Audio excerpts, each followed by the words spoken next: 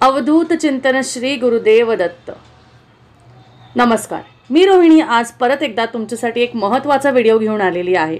आणि आजच्या व्हिडिओमध्ये आपण बघणार आहोत की श्री स्वामी समर्थ महाराजांचा जो ग्रंथ आहे श्री स्वामी समर्थ सारामृत याचं पारायण कसं करावं।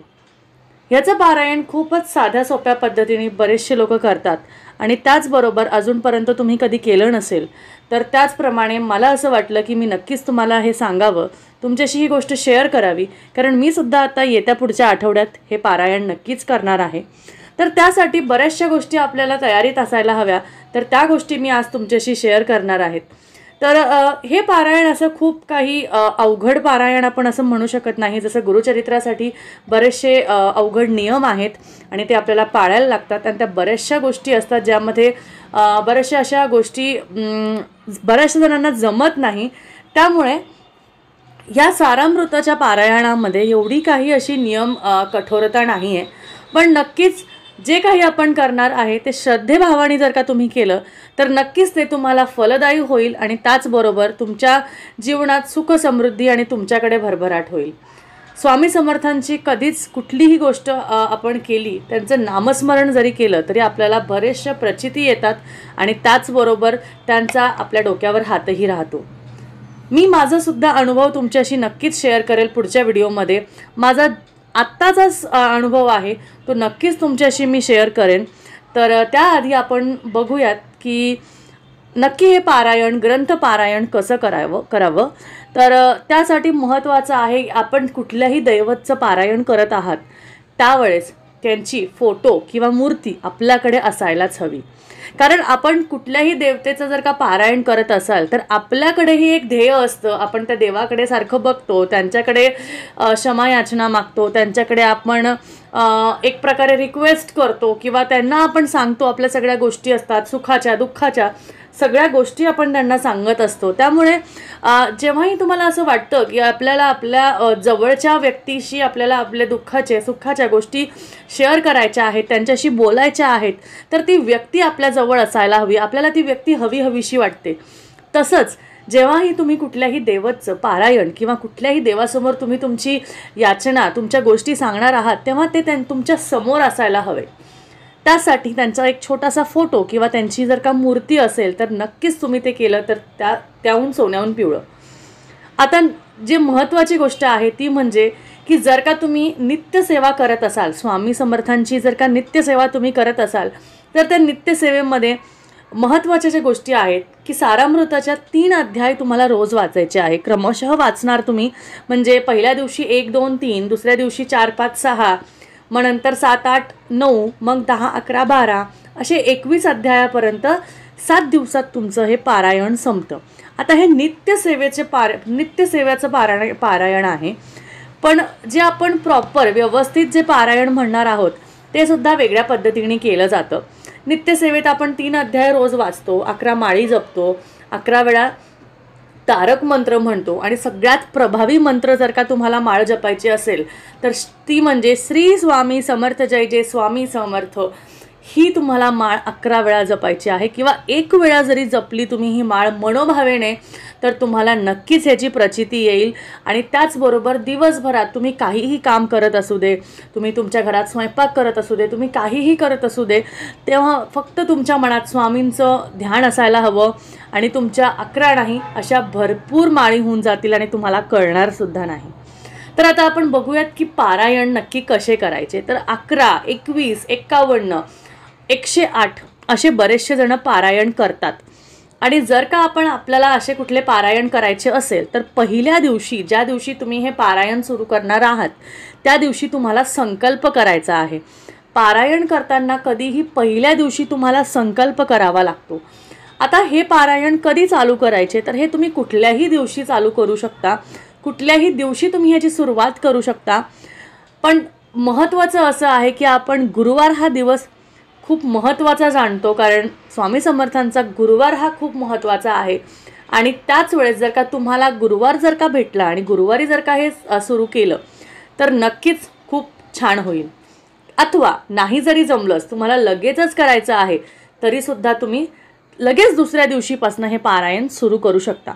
पहिल्या दिवशी तुम्हाला संकल्प करायचा आहे. संकल्प कसा करायचा हे नक्कीच तुम्हाला मी पुढच्या व्हिडिओमध्ये नक्कीच घेऊन येईल. संकल्प करायची फार अगदी खूप अवघड जी प्रोसिजर असते ती नाही आहे. तुम्हाला अगदी सोप्या पद्धतीने संकल्प करायचा आहे. तुम्हाला ज्या कुठल्या कारणासाठी पारायण करायचं आहे, तुम्हाला हे अनुष्ठान पारायण, अनुष्ठान म्हणजे आपल्या इच्छापूर्ती पारायण जर का आपण करत असाल, कुठलंही ते कारण असू दे, तुमच्या गोष्टी पूर्ण करून घ्यायच्या आहेत, तुमच्या काही अडीअडचणी असतील, तुमच्या रोजच्या गोष्टी असतील, ह्या पद्धतीने जर का तुम्हाला कुठल्या कारणासाठी जर का पारायण करायचं असेल तर त्याला आपण अनुष्ठान पारायण म्हणतो. आणि त्यातच तुम्हाला संकल्प हा पहिल्या दिवशी करावा लागतो, कारण ते कारणाभोवती आपण करतो. आणि तुमची जर का फक्त इच्छा पारायण करण्याची आहे, बाकी त्यामागे कुठलाच हेतू नाही आहे, तर असं जनरली मानव जीवनात होत नाही. पण काही हरकत नाही आहे. तुम्हाला जीवन तुमचं फलदायी होईल, तुम्हाला सुख समृद्धी मिळेल, यासाठी जरी तुम्ही केलं तरी काहीही हरकत नाही. बरं, आता हे पारायण करण्याची जी पद्धत आहे ती कशी आहे की तुम्हाला सकाळी लवकर उठून स्नान करायचे आहे. एका पाटावर तुम्हाला पिवळं वस्त्र अंथरायचं आहे. त्यावर स्वामींचा फोटो ठेवायचा आहे. त्यावर कळस तुम्हाला मांडायचा आहे, विडा मांडायचा आहे, गणपतीची स्थापना करायची आहे. आणि त्याचबरोबर तुम्हाला संकल्प करायचा आहे. आणि कधीही हे पूजा सुरुवात करताना एक समय ज्योत जी असावी, देवाची जी समय ज्योत असते ती कंटिन्यू ती असावी जेव्हाही तुम्ही पूजा करताय. पण आता हे सगळं मांडून झाल्यावर तुम्हाला काहीही करायचं नाही आहे. आणि हे जर का तुम्ही पारायण करत आहात तर पारायणासाठी हे तेवढे दिवस ह्या पाटावरच्या ज्या सगळ्या गोष्टी आहेत हे तसंच असू द्यावं. फुलं फळं ही रोजची बदलावी. आणि त्याचबरोबर तुमचं जो पारायण आहे ते संपूर्ण होऊस तर ते तसंच ठेवावं. फक्त त्यामध्ये रोजचा नैवेद्य, रोजची फुलं, तुमचा जो तुमचं जे बाकीच्या गोष्टी आहेत त्यात तुम्ही तिथं बदलत राहावं. आता ह्या पारायणामध्ये तुम्हाला वाचायचं काय आहे तर तुम्हाला स्वामी समर्थ सारामृत जो ग्रंथ आहे तो एक पाठ पूर्ण म्हणजे 21 अध्याय एका दिवशी वाचायचे आहेत. आता हे अध्याय तुम्ही 2दा करून वाचले तरीही चालेल. सकाळी 9-10 वाजेच्या आत वाचा आणि सायंकाळी दिवा लावायची जेव्हा वेळ असते त्यावेळेस वाचा. संध्याकाळी सहसा जेव्हा तुम्ही वाचणार आहात तर दिवसभरात तुम्ही मांसाहार वगैरे घेतलेलं नसावं. आणि पारायण जर का करणार असेल तर मद्यपान, मांसाहार ह्या सगळ्या गोष्टी नाहीच कराव्या. कारण हे पूजाविधीमध्ये तुम्हाला संकल्पपूर्ती होणार नाही, त्यामुळे हे चालणारही नाही. त्यामुळे पारायणापर्यंत हे गोष्ट थांबवावी. आणि त्याचबरोबर घरात कोणी दुसऱ्याने केलं तर काहीही हरकत नाही आहे. फक्त संध्याकाळी तुम्ही वाचणार असाल तर आंघोळ वगैरे करून किंवा हातपाय धुवून व्यवस्थित स्वच्छ कपडे घालून तुम्ही परत बसू शकता. जमल्यास सकाळीच पूर्ण पाठ कंप्लीट म्हणजे पूर्ण करून घ्यावं. त्याचबरोबर तुम्हाला ह्यावेळेस असं काही नाही आहे गुरुचरित्र पारायणसारखं की तुम्हाला विना कांदा लसूणच खायचं आहे किंवा काय. तर तुम्ही जे काही नैवेद्य कराल तो फक्त सकाळ संध्याकाळ तुम्हाला स्वामी समर्थांना दाखवायचा आहे. तुम्ही जे काही खाल, मी तर सांगते तुम्ही सकाळचा चहा पिला, संध्याकाळचा चहा पिला, दुपारचं जेवण केलं, संध्याकाळचा काही नाश्ता केला, काहीही पहिली डिश तुम्ही काढली की स्वामी समर्थांच्या समोर ठेवावी आणि त्यानंतर सगळ्यांना घरात ठेवावं. कारण ते आपल्या घरातले सदस्य आहेत, त्यामुळे त्यांना आधी मान द्यावा आणि त्यानंतर आपल्या पुढच्या गोष्टी कराव्या. बऱ्याचशा वेळेस सुरुवातीला आपल्याला जमत नाही, आपल्याकडनं चुकतं, आपल्याकडनं राहतं, काहीही हरकत नाही. स्वामी बाप्पा आपले खूप खूप खूप छान आहेत. ते नक्कीच समजून घेतील आणि हळूहळू तुम्हाला सवयही लागेल.